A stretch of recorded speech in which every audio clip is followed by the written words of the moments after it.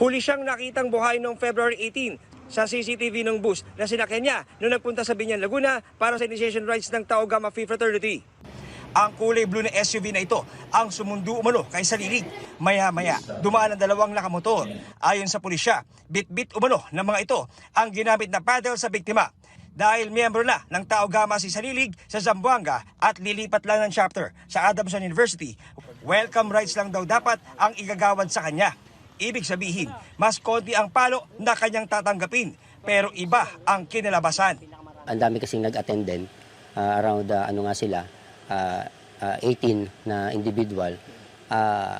I think kung susumahin mo, kung yung sinasabi statement ng ating witness na around 70 ang tinanggap na bigay o yung palo, siguro kada isa nagbibigay ng 6 hanggang 7 na palo.